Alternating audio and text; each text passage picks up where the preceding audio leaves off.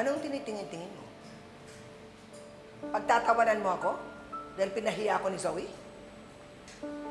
Ma'am, hindi ko po gagawin yun. I'm sure tuwang-tuwa ka, no? Na binabastos ako ni Zoe. Ma'am, hindi po.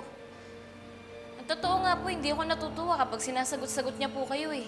Lola niya po kayo eh. Kayo na nga lang po yung nanay na meron siya kasi wala na po si Ma'am Moira. Kaya hindi po totoo yun. Hindi ko po gusto kapag sinasagot-sagot niya kayo. Tama ka.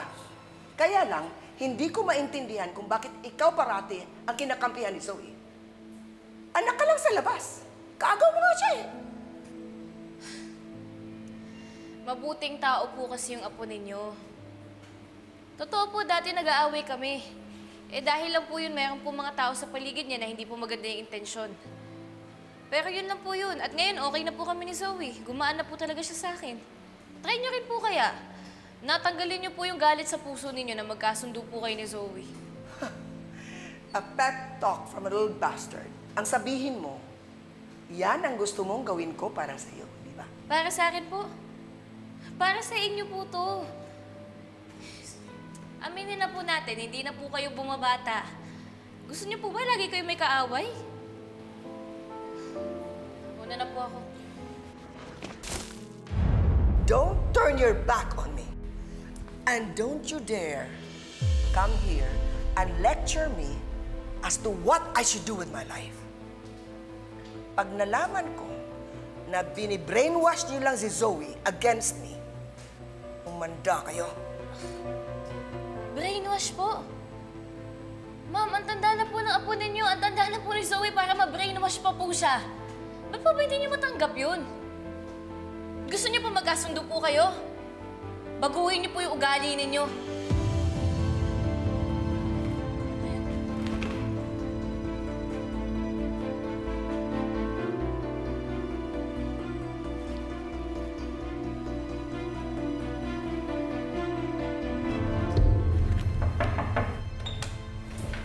Zoe.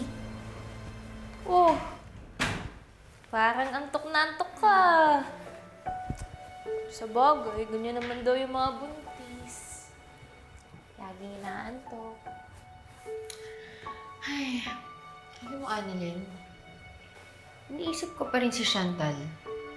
Sobrang weird niya kasi. Alam mo, hindi kaya alam yung buntis ako? Ano niyo naman malalaman? Hindi mo ba sinabi? Hindi.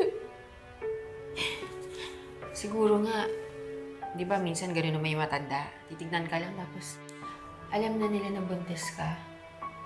Alam mo yun, parang nafe-feel lang nila. Baka ganun lang, no? Actually, may ganyan din na kwento sa akin si Lola Susan eh. So, mukhang totoo nga. Oh well. As long as wala siyang proof, wala namang maniniwala sa kanya. Alam mo, Zoe, sa totoo lang naisip ko na hindi kaya magandang way to para maging close kayo ng lola mo. Kasi baka maintindihan niya yung pagbubuntis mo. Eh, Annalyn, ayoko nga sa kanya. Pwede ba, huwag na lang natin siya pag-usapan. Alam mo yun, parang may kinikrave akong pagkain eh. Ano yun? Bilang kita. Pag-break ko. Parang gusto ko ng santol. Tsaka duhat. Zoe naman, saan naman ako kukuha niyan? Hindi niyan season ngayon. Eh, wala lang. Sinasabi ko lang kasi parang, alam mo yun, parang naglalaway ako for it. Ah, naglilihi ka. Siguro nga. O sige, susubukan kong hanapin ha. Mabilan kita. Thank you, Annalyn. Sweet mo talaga. Naman. Walang problema yun. Siyempre, spoiled sa akin yung pamangkin ko kahit nasa tiyan pa lang siya. Para paglabas niya, ako yung favorite ninang niya. Sa promise ha, secret lang natin to. Oo naman. Tayo lang nakakaalam na buntis ka. Ano mo, parang iba na pala yung gusto ko. Ayoko na ng fruits, gusto ko na ng kanin. Tsaka condensed milk. O kaya, ice cream with... Pwede ano na lang, mangga na lang tsaka bagoong para Madam, What is this? yan po yung pinapakuha niyo sa akin. Evidence, courtesy of Annalyn.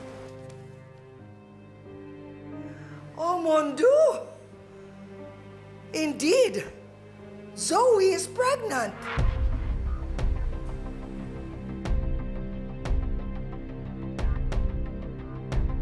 Brilliant, Daphne. Ngayon, hindi na ngayon makakatanggi si Zoe. Pero madam, bakit po kaya niya tinatago? Well, maybe she's not ready to tell anyone yet, or maybe she's ashamed because this baby will be born out of wedlock. Uso pa ba yun, madam? Of course. You know how Filipinos are. They believe that they have to get married first before having a family. That's the Filipino culture. So, paano yun, madam? Ikakahiya niyo po ba si Zoe? Papagalitan niyo siya kasi nagpabuntis siya na walang asawa. Of course, I will not take that against her. Pero gagamitin ko ito sa ibang paraan. Anong paraan, madam? Nang dahil dito, magkakagalit si Zoe at si Annalyn.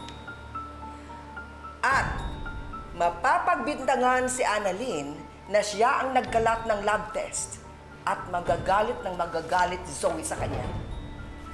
Perfect, don't you think? Yes, madam.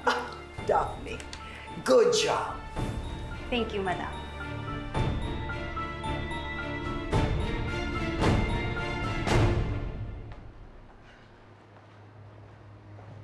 Zoe! Zoe! Tita! Ano ba yung sasabihin mo sa akin?